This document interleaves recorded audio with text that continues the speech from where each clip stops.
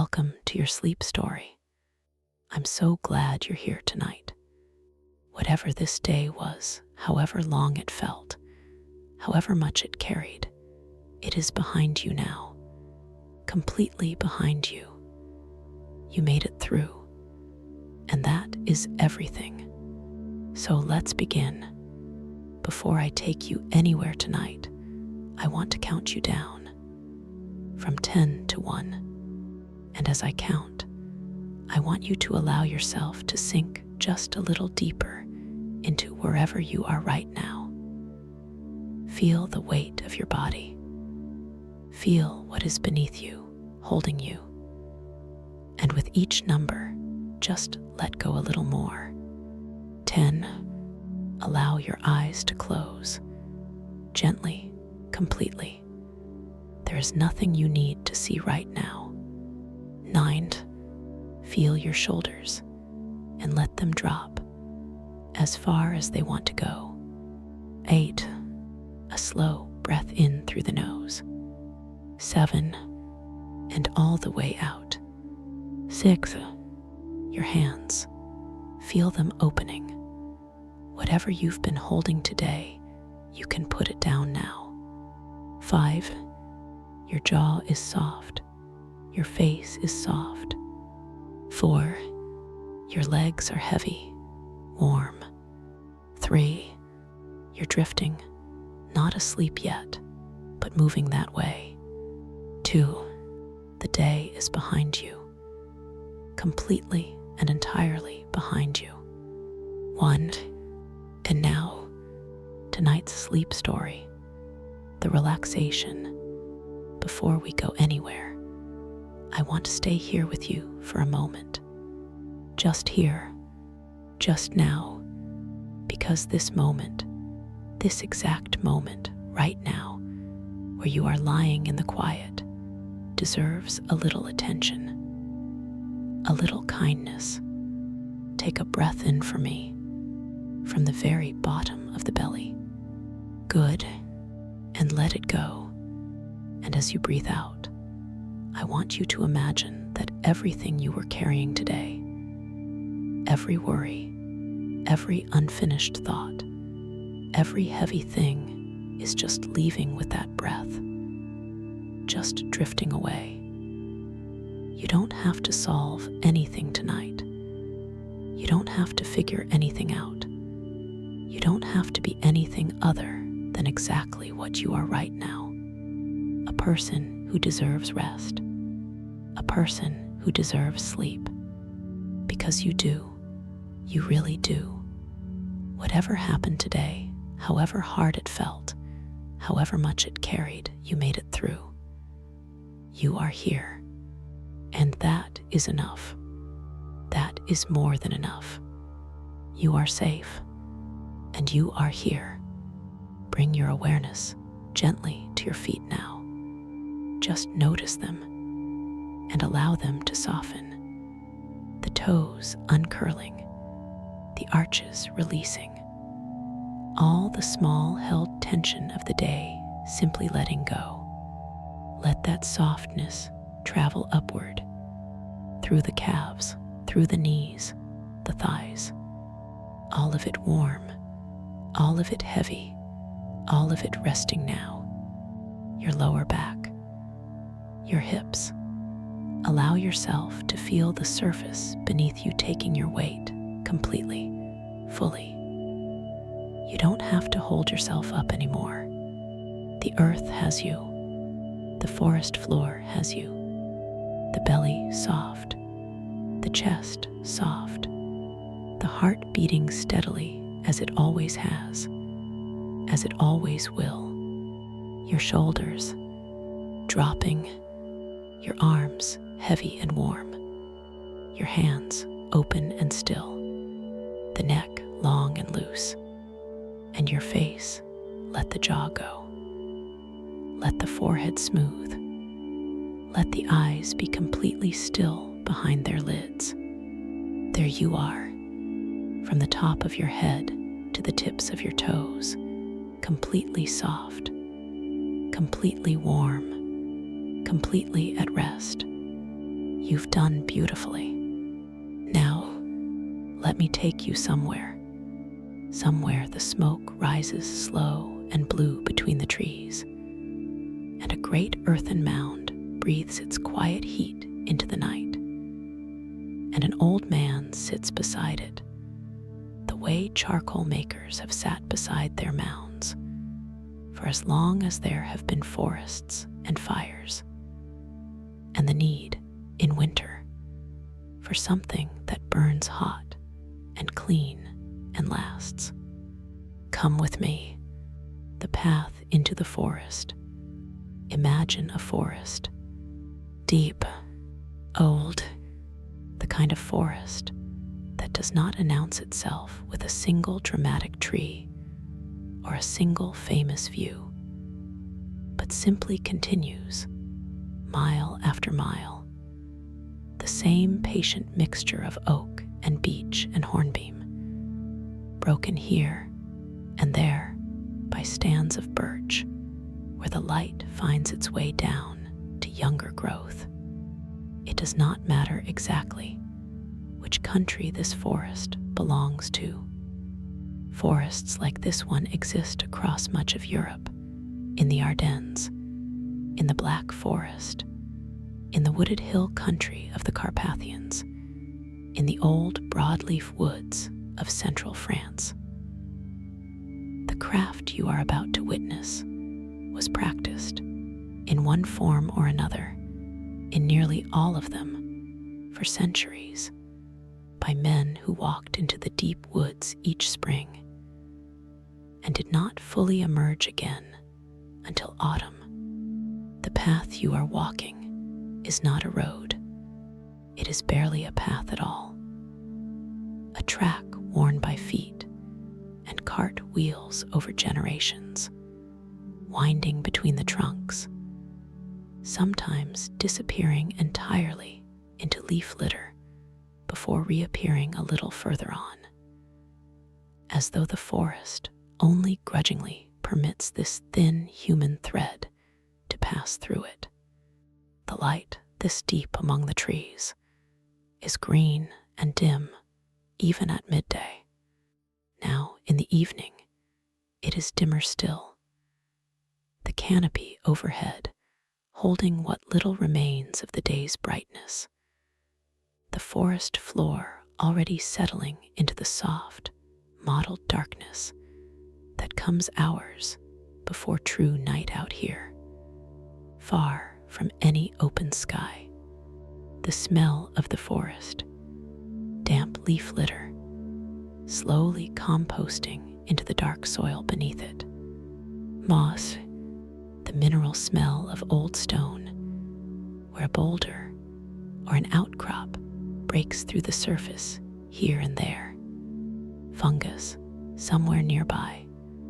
The rich, earthy smell of mushrooms fruiting in the year's first cool dampness. And then, drifting toward you on the still evening air, something else. Wood smoke, not the bright, crackling smoke of an open fire. Something slower, heavier, sweeter in its way, and tinged with a particular tang that you would not mistake, once you had learned it, for any other kind of smoke in the world. You follow it, the clearing, the trees open ahead into a clearing, not large, just large enough, a space the forest has permitted to remain open for this one particular purpose. The way forests have permitted such clearings for as long as people have needed them. A circle of beaten earth, perhaps 15 paces across, ringed by tall trees that lean inward slightly, as though curious about what continues to happen in the space they have made room for.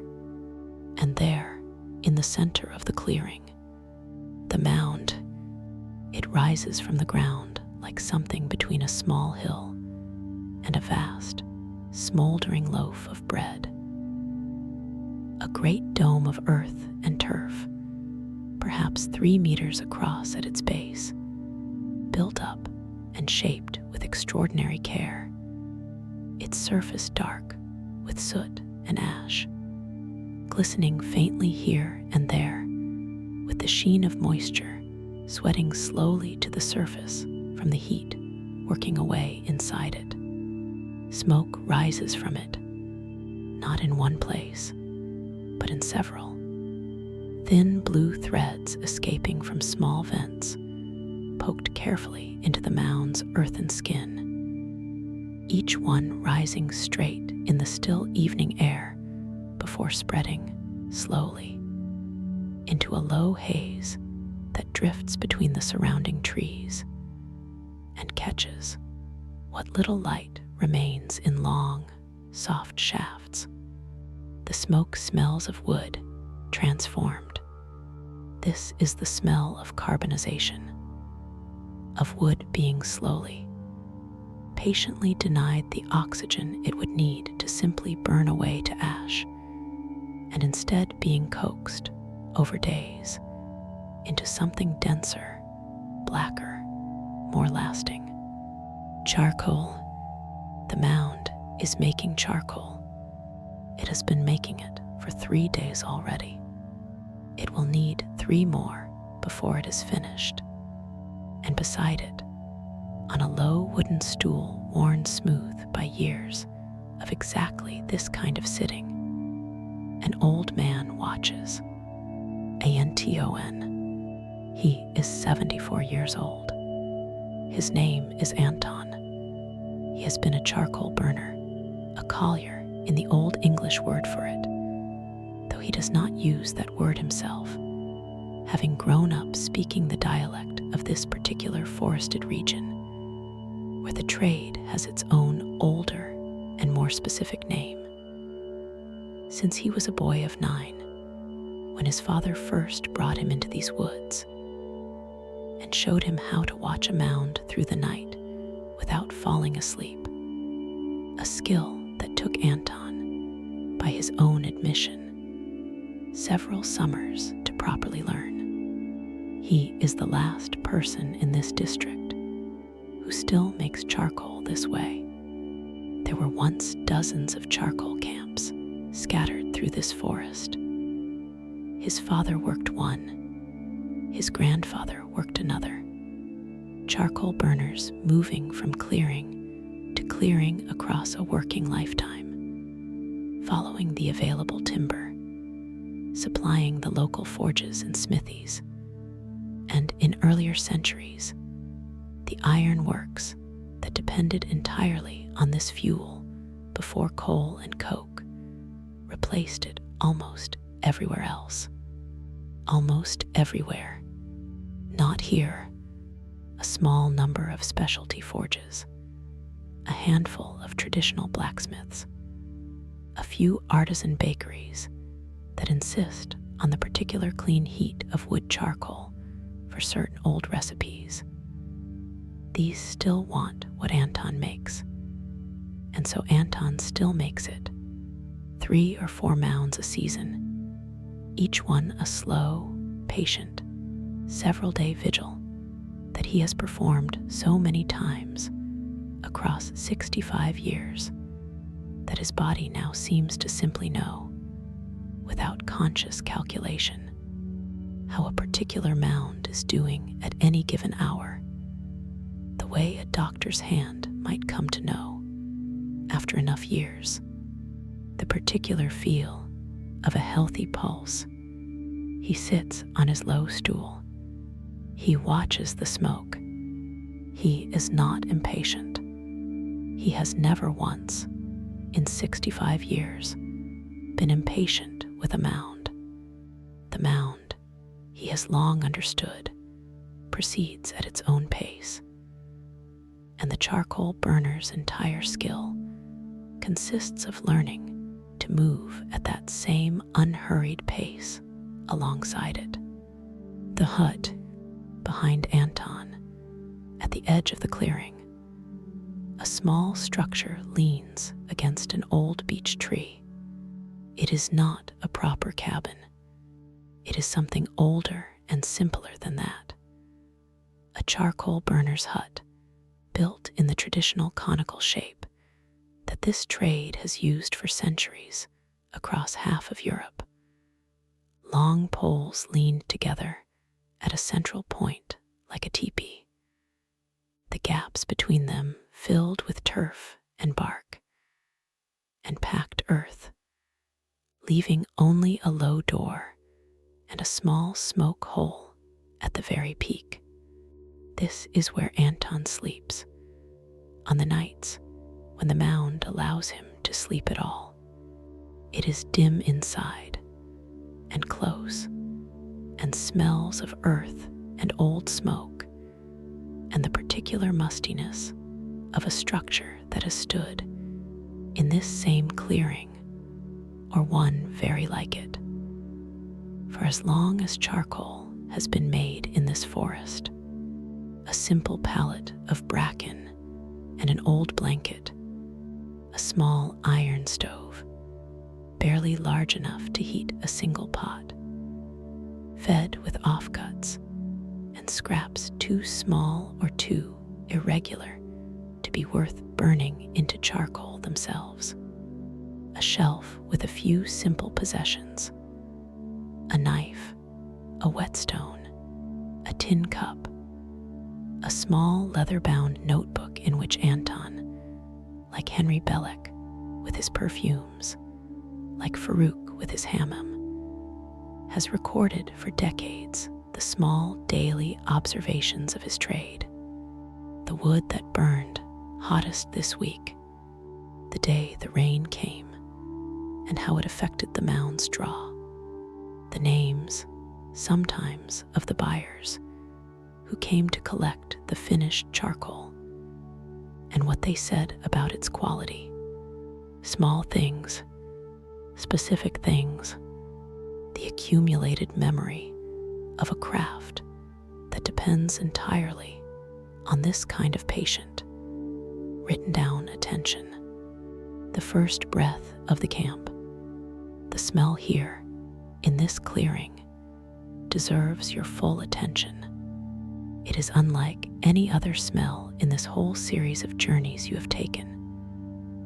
Not the floral richness of grass, not the steam and soap of the hammam, not even the wood smoke of the Welsh cottage or the Bhutanese farmhouse, which, however smoky, were still smells of living, cooking, breathing rooms. This is different. This is the smell of slow combustion, of wood being changed, molecule by molecule, into something else entirely. The primary note is smoke, but a particular, heavy, almost oily kind of smoke, far thicker and more pervasive than the bright crackling smoke of a campfire. This smoke carries with it the smell of every kind of wood stacked inside the mound. Oak mostly, on this particular burn, its smoke dense and faintly sweet, with an undertone of something almost like vinegar, the acetic compounds released as the wood's cellulose breaks down under heat. Beneath the oak smoke, hornbeam, a wood prized by charcoal makers for the density and heat of the charcoal it yields. Its smoke slightly sharper, more resinous, and beneath all of it, the mound's own earthen skin, damp soil, scorched in places, the smell of turf that has been baking gently for days, taking on a flavor not unlike a hearth that has held its fire for a very long time, only deeper, more mineral, more ancient in its associations.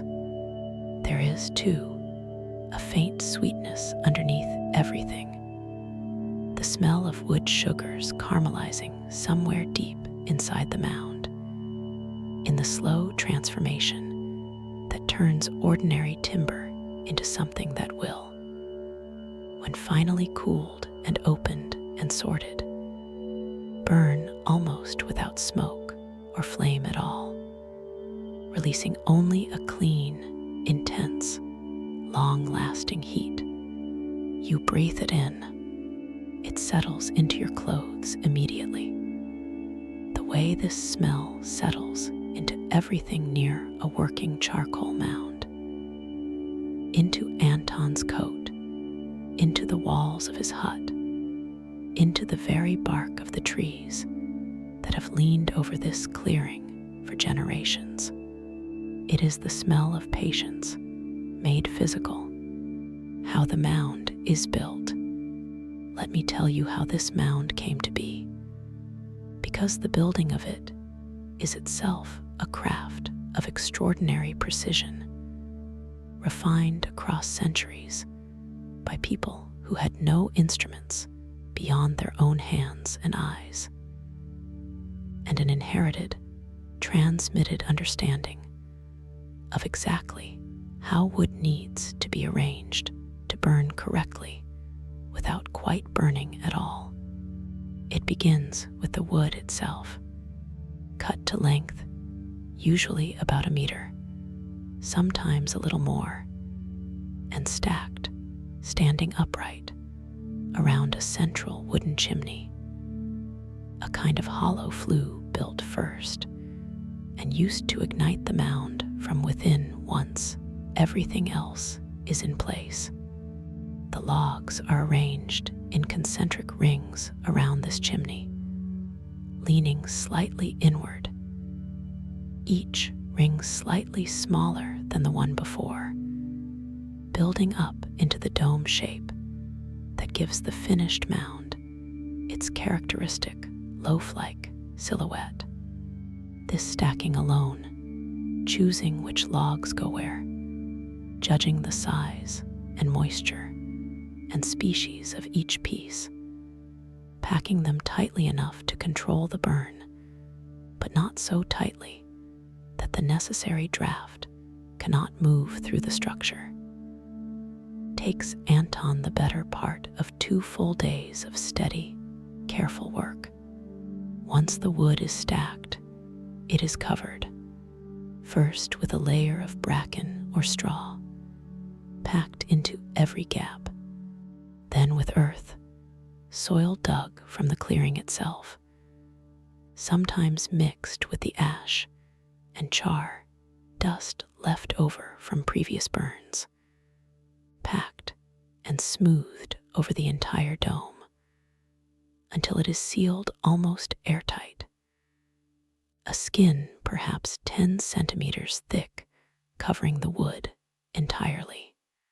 A small fire is lit at last down the central chimney, and then the chimney itself is sealed at the top, the small opening covered, and the mound left to its own devices, burning very slowly in conditions of near total oxygen deprivation for 3 to 6 days, depending on its size and the wood and the weather.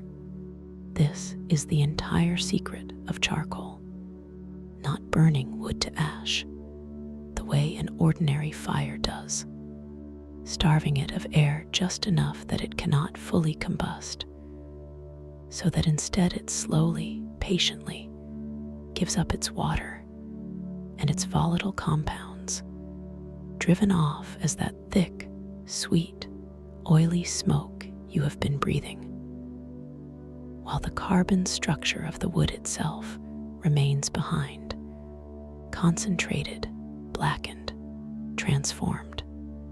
A mound properly managed does not burn. It smolders with extraordinary patience for days. This requires constant attention.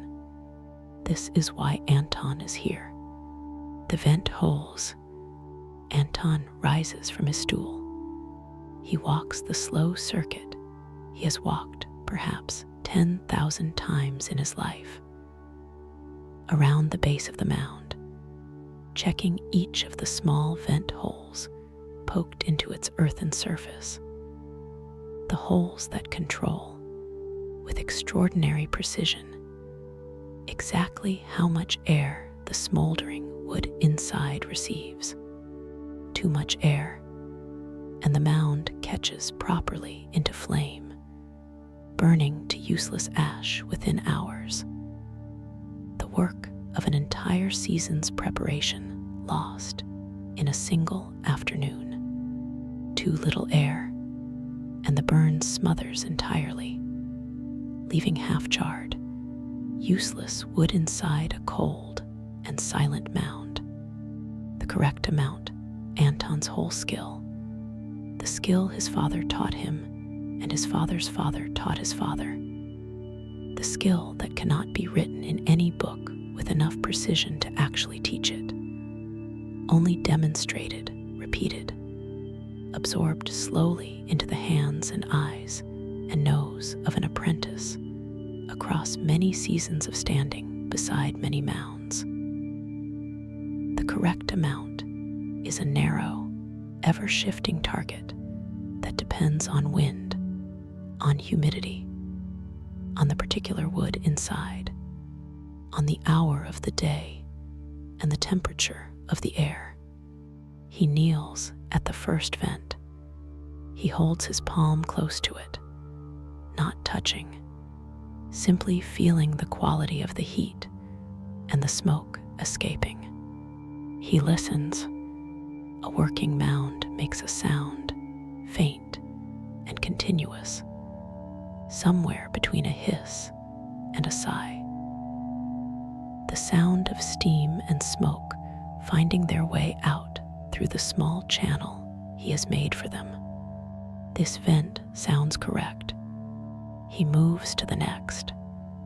This one he frowns very slightly, an expression so subtle that no one who did not know him, as well as his late wife once, would have noticed it at all. This one is drawing a little too freely. He takes a handful of damp earth from a small pile kept ready beside the mound for exactly this purpose, and presses it gently over part of the opening, narrowing it, slowing the draft just slightly. He waits. He listens again. Better. He continues his circuit.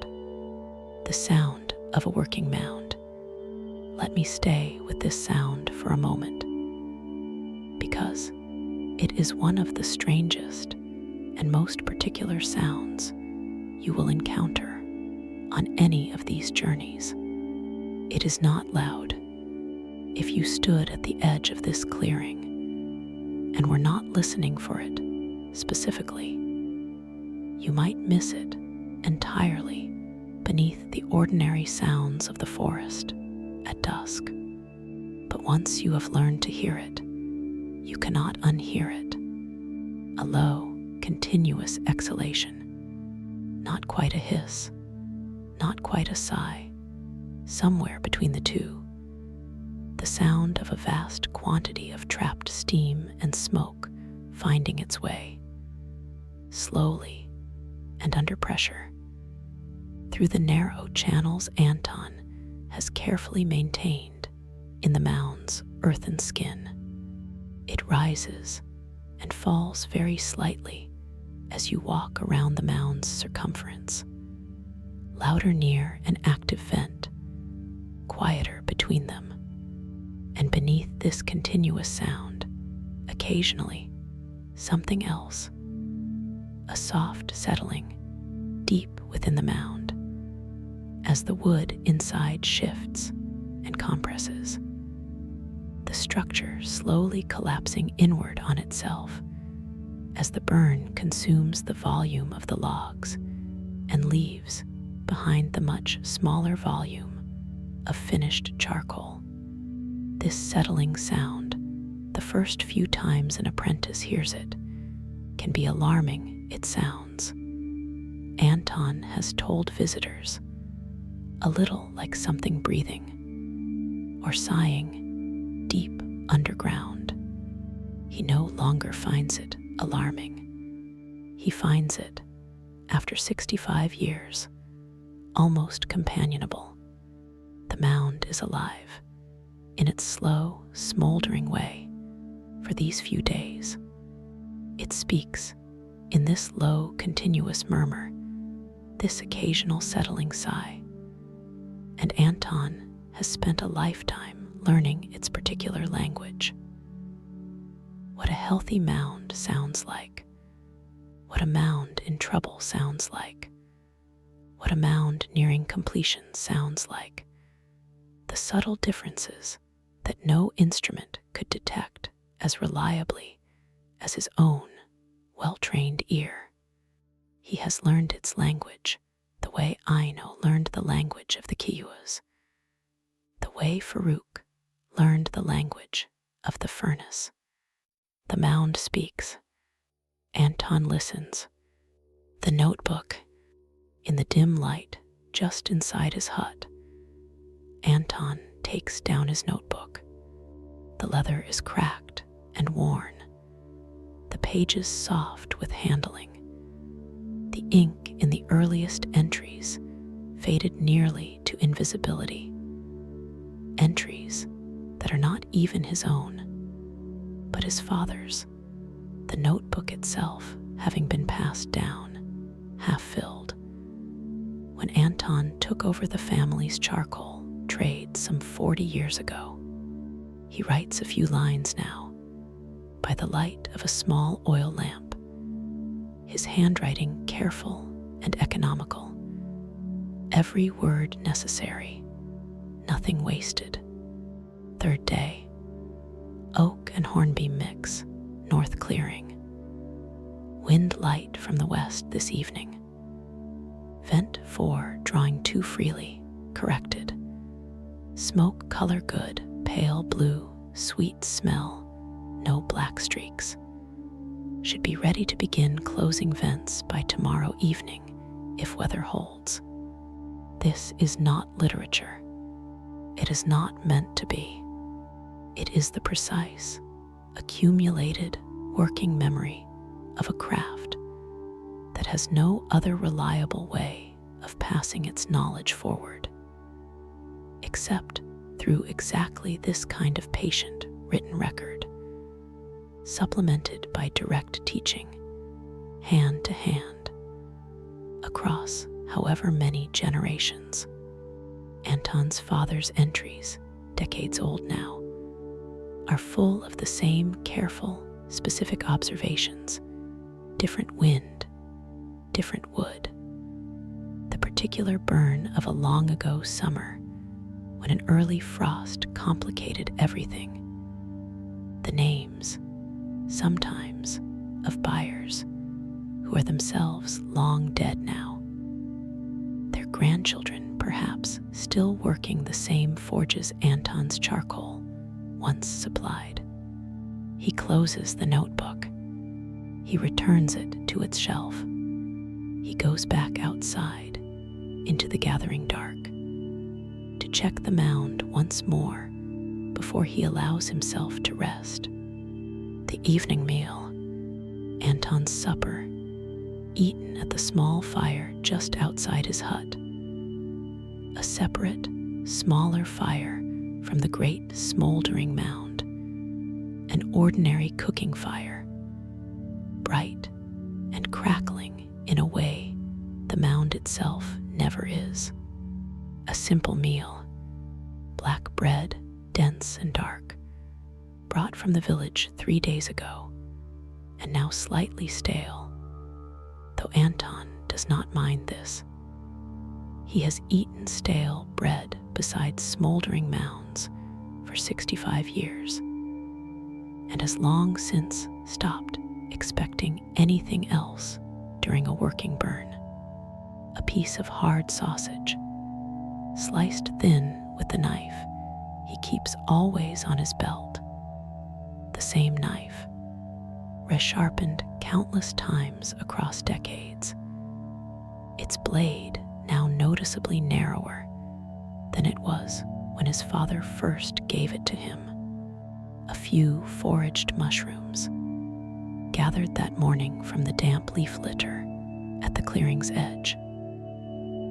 The particular variety that grows reliably in this forest each autumn, which Anton has known how to identify safely since before he could read. Taught by his father exactly as he was taught everything else about living and working in these woods.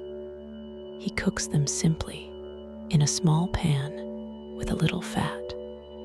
Over the bright cooking fire, the smell of frying mushrooms mingles in the still evening air with the thicker, sweeter smoke still rising from the mound nearby. Two different kinds of smoke, two different kinds of fire. The small, bright, domestic one, and the great, slow, patient one, coexisting easily in this same small clearing. He eats slowly, sitting on a second, smaller stool near the cooking fire, his eyes returning every few minutes to the great dark shape of the mound, checking, by long habit, that its plume of smoke continues rising at the steady, correct rate he expects. It does. He eats. He is content. What the forest sounds like at dusk. Let me pause here with you and simply listen to the forest around this clearing as the light fails completely. The canopy above has gone from green-black to simply black. The last traces of sky, visible only in small, scattered fragments, where gaps in the leaves permit a glimpse of the deepening blue beyond. A woodpecker, somewhere not too far off, gives a final few taps against an old dead trunk before falling silent for the night. Its work done until morning.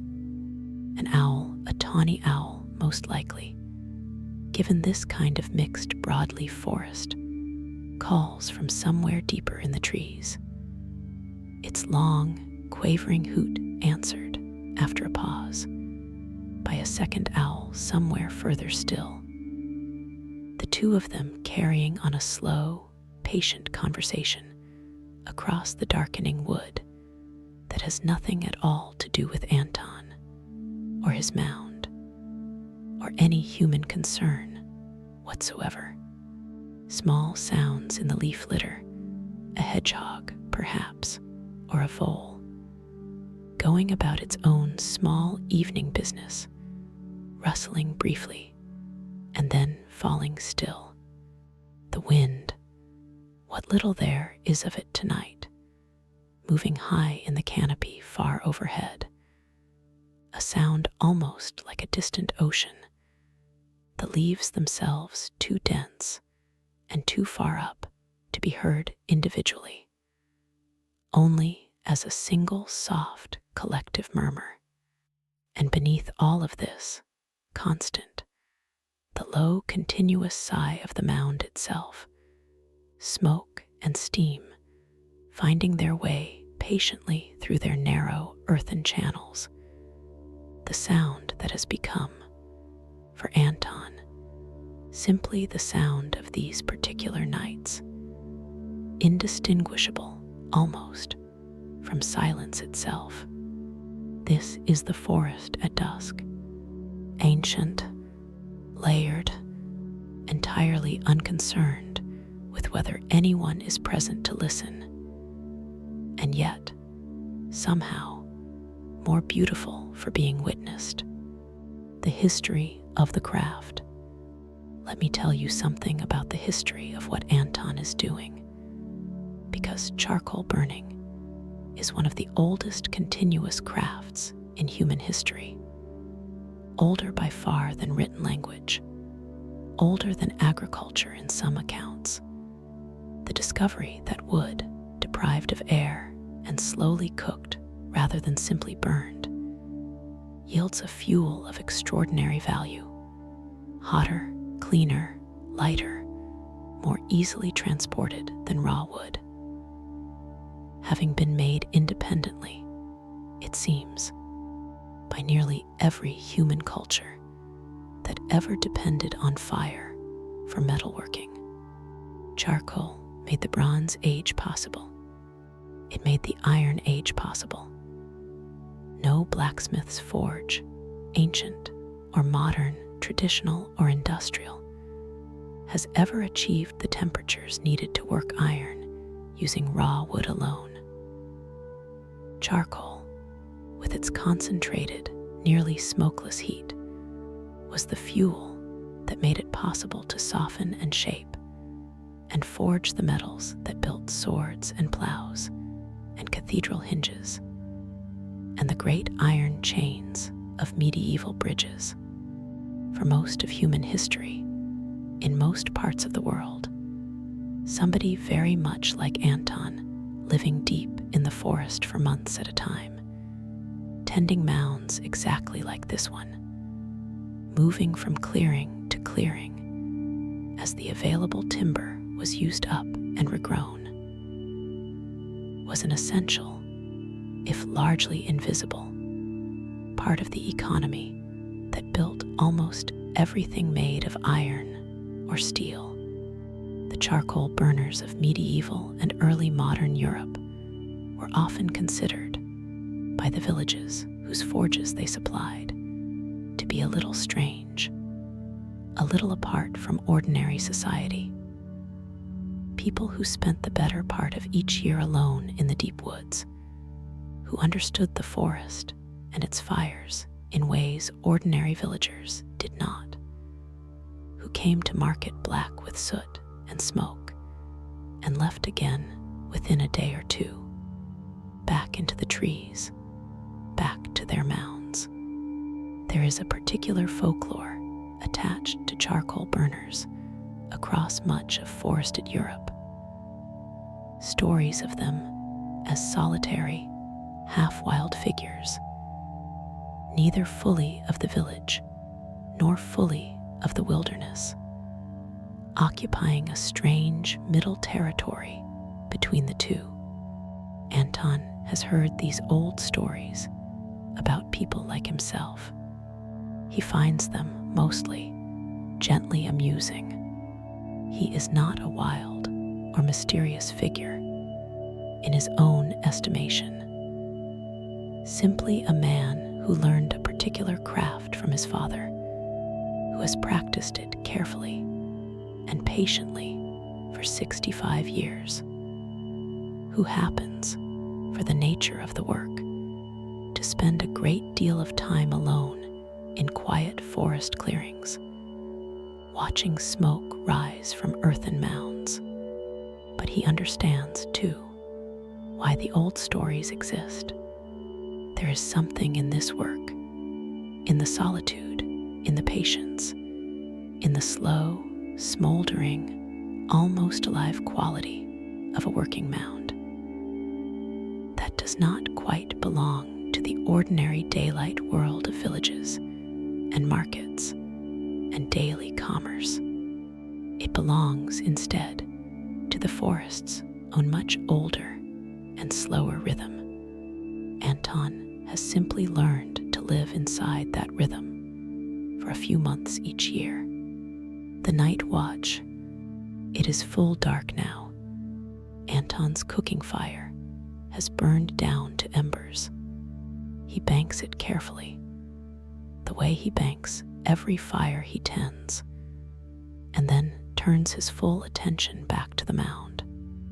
This is the part of the work that his father warned him about most seriously all those years ago, when Anton was still a boy learning the trade.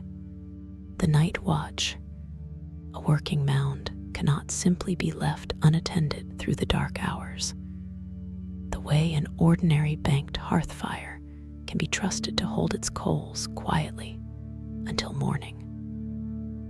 A charcoal mound, especially in its middle days, requires checking through the night. Every few hours, sometimes more often if the weather is changing, sometimes through the entire night, without real sleep, if a particular vent is behaving unpredictably. Anton learned, as a young man, the particular skill of resting without truly sleeping, a kind of light, watchful doze that several hours of accumulated practice taught him to achieve, lying on his bracken pallet just inside the hut's low door, close enough to hear any significant change in the mound's steady, sighing breath, close enough to wake fully and completely the moment that sound shifts in some way that signals trouble. Tonight, the mound is behaving well. 3 days in, past the most volatile early stage, not yet into the most delicate final stage, when the vents must be closed down one by one to smother the burn at exactly the right moment. Tonight, Anton believes he will get several hours of genuine, if interrupted, rest. He settles onto his pallet. He leaves the hut's low door open a crack, the better to hear the mound. He closes his eyes. The quality of forest darkness. Let me describe, for a moment, the particular darkness of this deep forest at night, because it differs in an important way from the darkness of the other places you have visited on these journeys.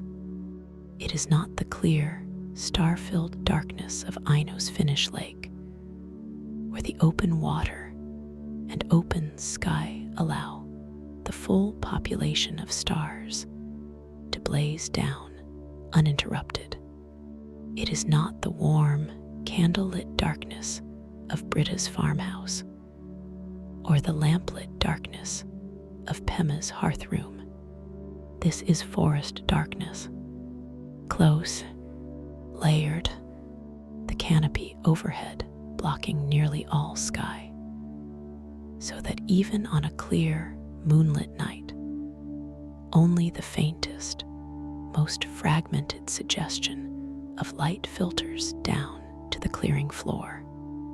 Within this darkness, your eyes, if you allowed them to adjust fully, the way Anton's eyes adjusted decades ago, and have remained adjusted, in a sense, ever since, attuned permanently to operating efficiently in low light, would gradually begin to discern shapes. The pale ghost shimmer of birch bark among the darker trunks, the faint orange glow, low and constant, of the mound's vents, the only true light source in the entire clearing besides the banked embers of the cooking fire. This darkness has a texture to it that open sky darkness lacks.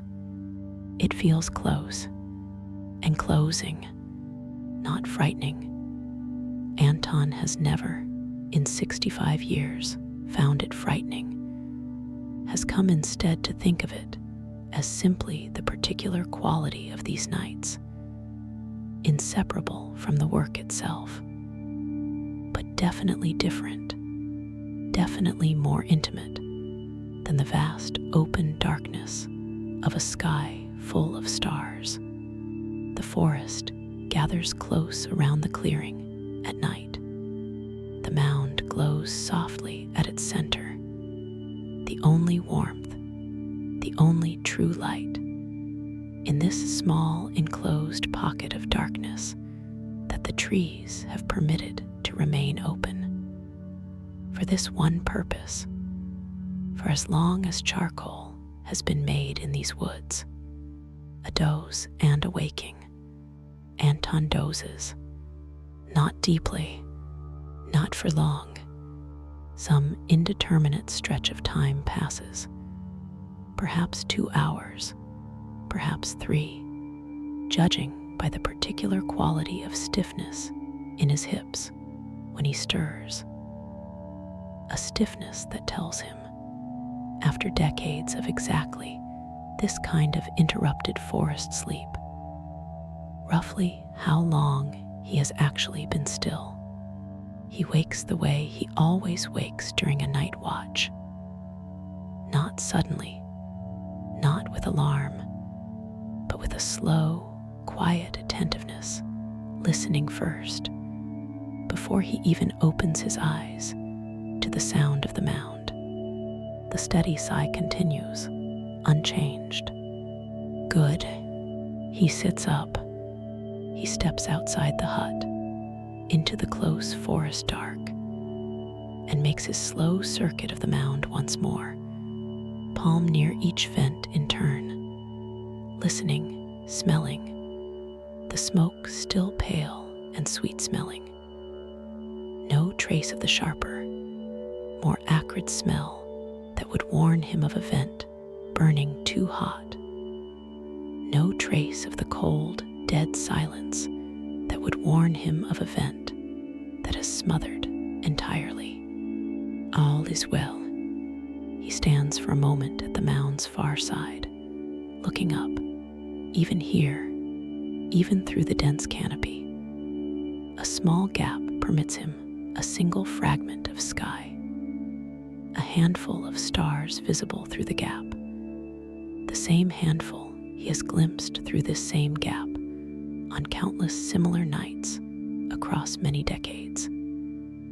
This particular patch of sky having become, in its small way, as familiar to him as the mound itself. He looks at it for a moment. He returns to his pallet. He sleeps again, the quiet companionship of the trees. Let me tell you something Anton has never said aloud to anyone, but that he has thought, in his own quiet way, many times across many seasons in these woods. He does not feel alone here. This might seem strange, given how much of his working life has been spent exactly this way. Solitary, in a small clearing, days from the nearest village, weeks sometimes between conversations with another living soul beyond the occasional buyer who comes to collect a finished batch of charcoal. But the trees themselves, to Anton, do not register as absence. They register as company. He has worked beside some of these same old oaks and beeches for 65 years. Not the same individual trees every single season, since the forest is managed and harvested in careful rotation. Different sections cut and regrown on a cycle of decades. But many of the oldest trees at the clearing's edge have stood, unchanged, through his entire working life. The same massive beech that leans over his hut today, having leaned in exactly that same way when his father first brought him here as a boy of 9. He knows this beech the way Lorenzo knows his Cypress Avenue, the way Merwin knows the particular fleece of particular sheep.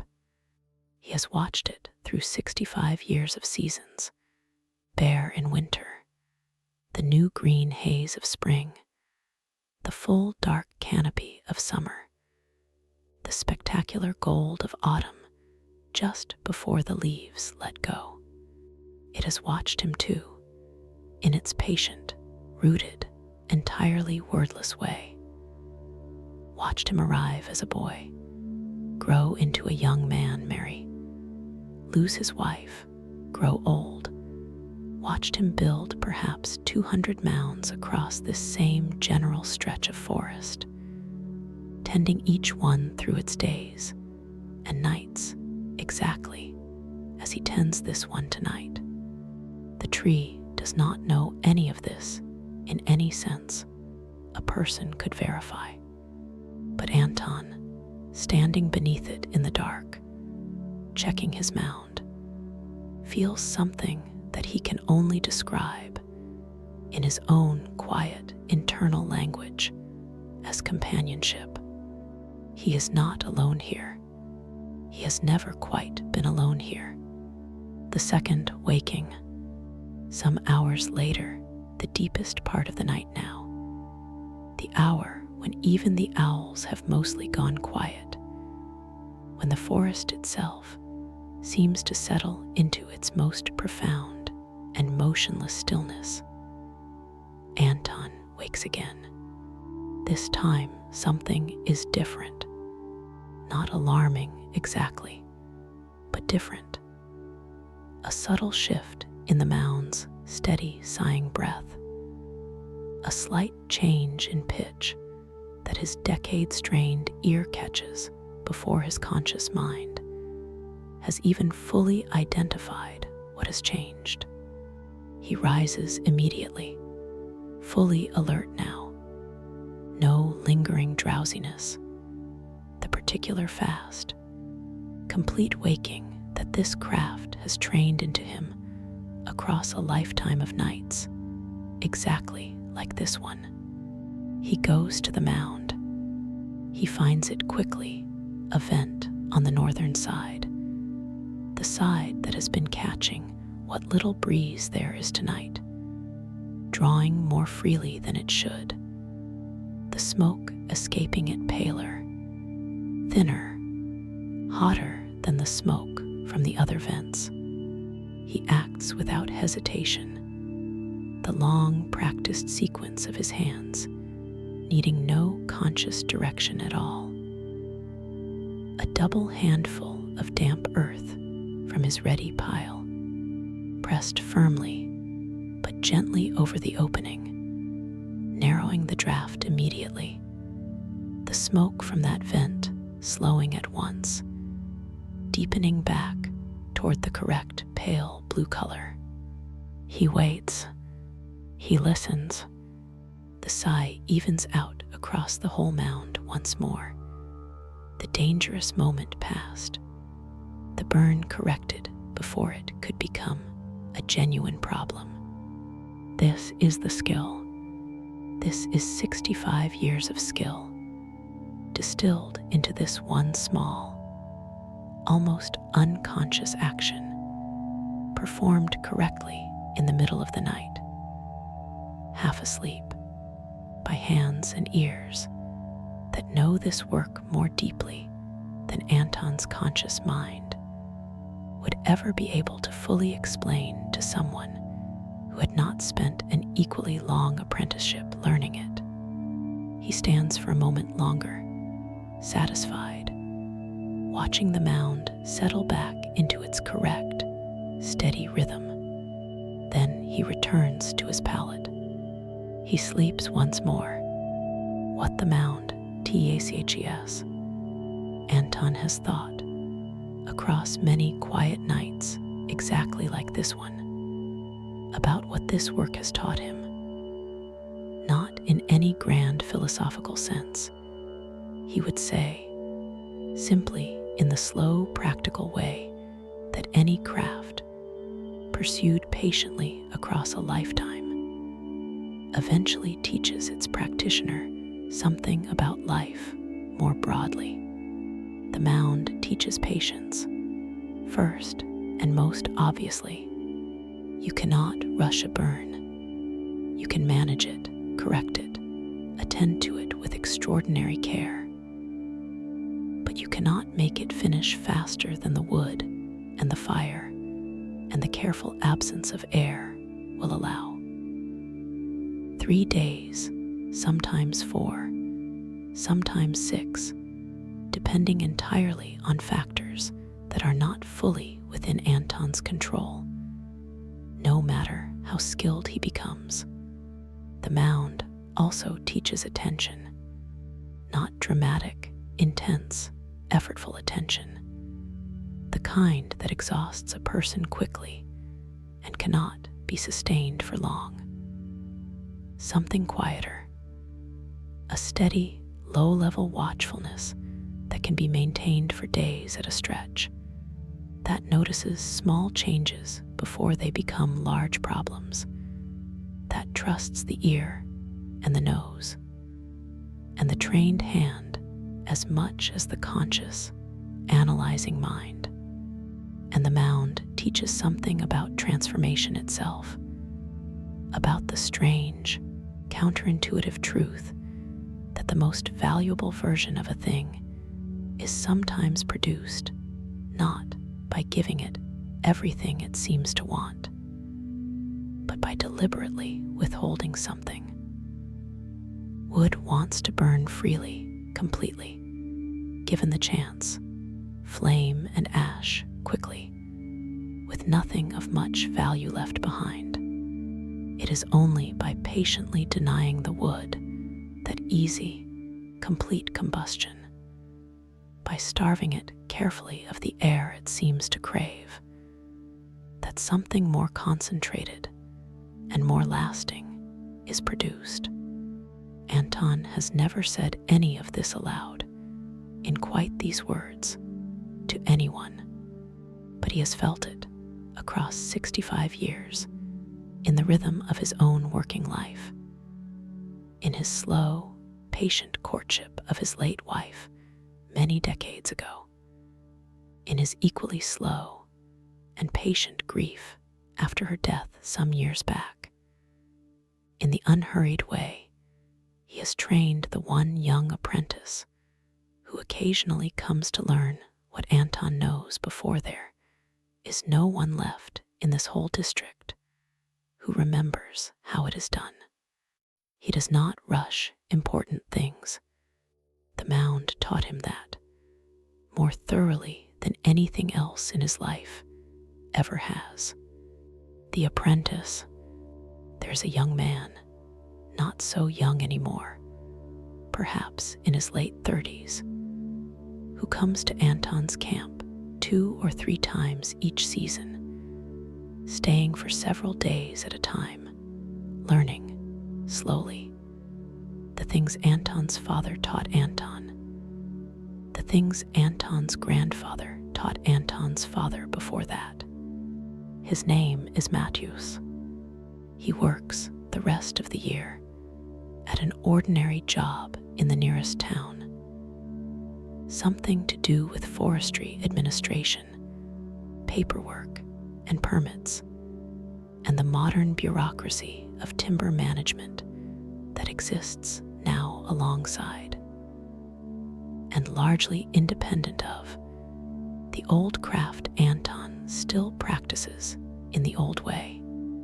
But something in Matthews wanted, several years ago now, to learn this older thing too, not for any practical economic reason, since the market for traditionally made charcoal is small and shrinking, and will likely not support more than the 1 or 2 craftsmen still practicing it in this whole forest district. He wanted to learn it. He told Anton once, simply because he did not want it to disappear from the world entirely without someone younger than Anton having at least tried to hold on to it. Anton found this reason sufficient. He has been teaching Matthews patiently across several seasons now how to choose and stack the logs, how to read the vent holes, how to recognize, by smell and color and sound, the difference between a mound proceeding correctly and a mound in some kind of trouble. Matthews is not yet as skilled as Anton. He will not be, probably, for many more years. This is not a craft that can be rushed in the learning any more than it can be rushed in the doing. But he is learning. He was here, in fact, just 2 days ago, helping Anton stack this very mound, standing beside him exactly as Anton once stood beside his own father. The slow chain of transmission continuing, link by careful link. The way it has continued in this forest for longer than anyone can say with full certainty. Anton finds a quiet satisfaction in this. The mound will outlast him eventually. Not this particular mound, which will be opened and sorted and sold within the week, but the knowledge of how to build one, which might, just possibly, outlast him too, carried forward now in Matthews's slowly developing hands. The late night stillness. It is, by now, the deepest and quietest part of the night, the hour when the forest itself seems to hold its breath. The owls fallen silent, the small rustling creatures of the leaf litter settled into their own brief rests. Even the high, distant murmur of wind in the canopy fallen still. The air completely motionless in the close, dark clearing. The mound continues its steady, patient sigh, the only sound now in the entire forest. As far as the ear can determine, smoke rises from its vents, pale and barely visible in the darkness, climbing straight up through the still air before spreading, somewhere above the canopy, into whatever night sky exists beyond the reach of the trees. The embers of the cooking fire have gone fully dark now. Cold ash, where bright coals glowed a few hours before. Anton sleeps in his light, watchful way on his bracken pallet, his body so thoroughly accustomed to this particular rhythm of broken rest that it no longer registers as difficult or uncomfortable, simply as the ordinary shape of these working nights, exactly as it has been the ordinary shape of perhaps 2,000 such nights across his 65 years in this trade. The forest holds the clearing holds the mound holds its slow, transforming fire, and Anton, within his small leaning hut, holds his place in the center of all of it. The still point around which this whole patient, ancient process continues to turn, exactly as it has turned for as long as anyone has needed charcoal, and exactly as it will continue turning for as long as Anton, and perhaps Matthews after him, choose to keep tending it. The morning that will come, though we are deep in this night together, let me tell you briefly what tomorrow holds for this mound, because it helps to understand the whole patient arc of this work. Tomorrow and the day after, Anton will begin the most delicate phase of the burn, closing the vents one by one in careful sequence, starving the mound of air almost entirely, smothering the slow fire inside it gradually rather than suddenly, allowing the wood to finish its transformation into charcoal without ever quite catching into open flame. This requires the most exacting judgment of the entire process. Close the vents too soon, and the wood will not have fully carbonized. The finished charcoal will be weak, full of unconverted wood, poor in quality, disappointing to whatever blacksmith or baker eventually buys it. Close them too late or too slowly, and the accumulated heat may finally break through into genuine flame, the whole mound catching at once. Days of careful work consumed to ash within an hour. Anton will judge this moment, as he has judged it, perhaps 200 times across his working life, by smell, by sound, by the particular deep, settled quality of heat, that a nearly finished mound radiates differently than a mound still actively transforming. And then, several days after that, once the mound has cooled slowly, over its own unhurried schedule, sometimes taking nearly as long to cool as it took to burn, Anton will finally open it. This is, by his own account, still the moment he finds most satisfying, even after 65 years of repeating it, breaking through the hardened earthen skin, finding inside not the pale wood he buried days before, but something else entirely, dense, black, lightweight, ringing very faintly when two pieces are struck together, the wood's original shape often still faintly visible in the charred surface, but its substance entirely transformed.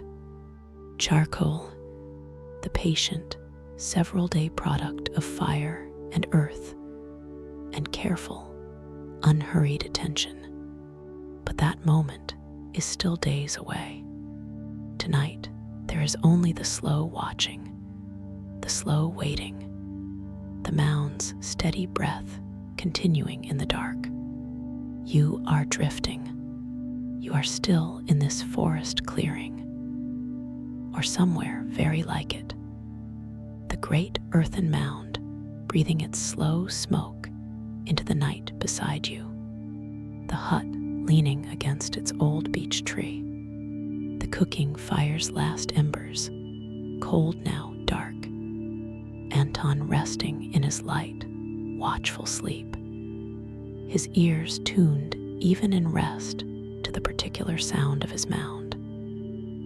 The way a parent's ears remain tuned, even in sleep, to the particular sounds of a sleeping child. All of it here, all of it holding you. Your breathing has slowed to match, almost exactly, the long, low, patient sigh of the mound itself, in and out, slow and steady, requiring no effort, no rushing, simply continuing at its own correct, unhurried pace. This is what this place teaches, if you allow yourself to receive it, even only in imagination, even only for this one quiet hour before your own sleep arrives, that the most valuable transformations are rarely fast ones.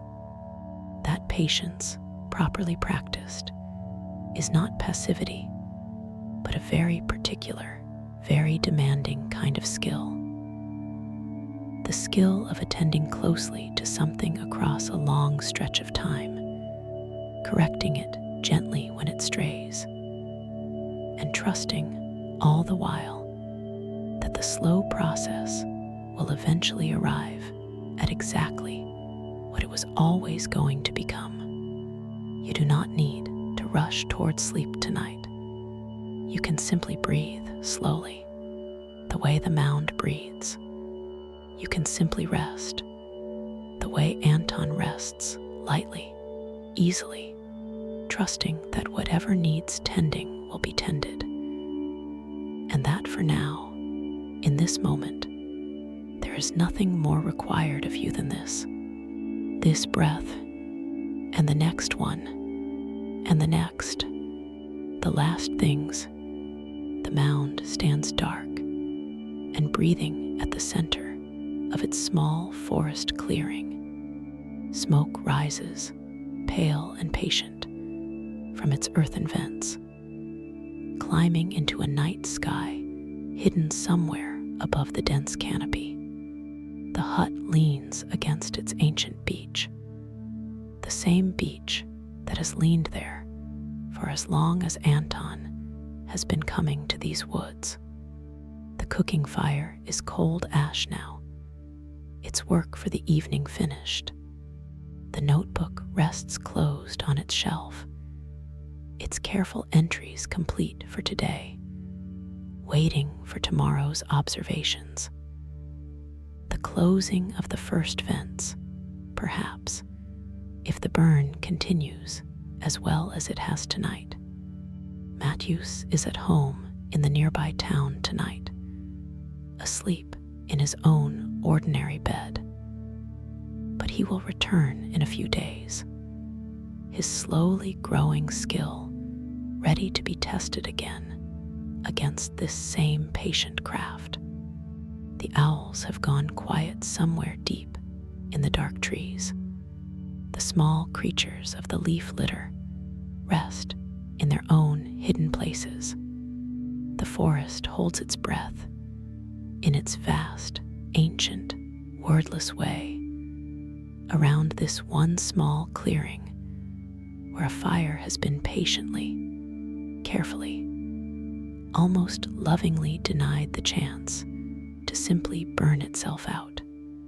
Anton sleeps lightly on his bracken pallet, his body trained by 65 years to wake the instant the mound's voice changes, but resting, for now, in the steady, unbroken sigh that tells him all is well.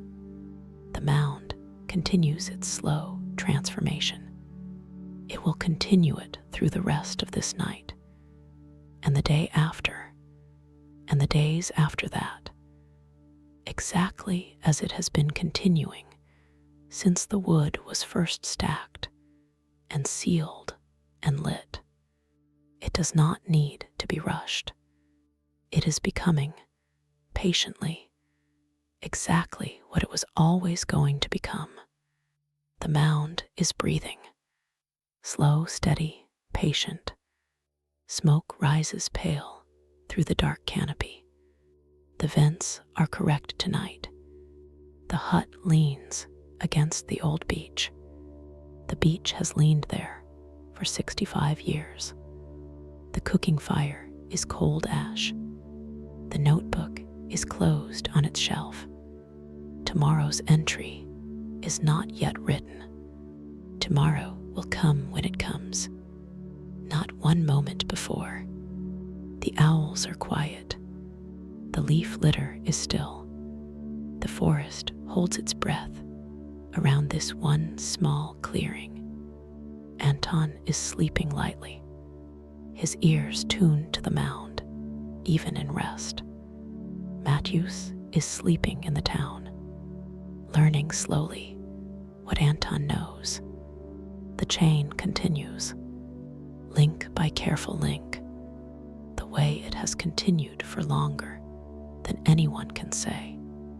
The mound does not hurry. It is becoming exactly what it was always going to become. Slowly, patiently, completely. You do not need to hurry either. Not tonight. You are becoming slowly exactly what rest was always going to give you. Breath by breath, the same patient rhythm as the mound. In and out, you are safe. You are warm. You are held in the forest, beside the mound, in the deep, dark, ancient quiet of the trees. The smoke will rise all night. The fire will keep its slow course. And you can simply rest. Good night, dear friend. Sleep well. Sleep deeply. Good night.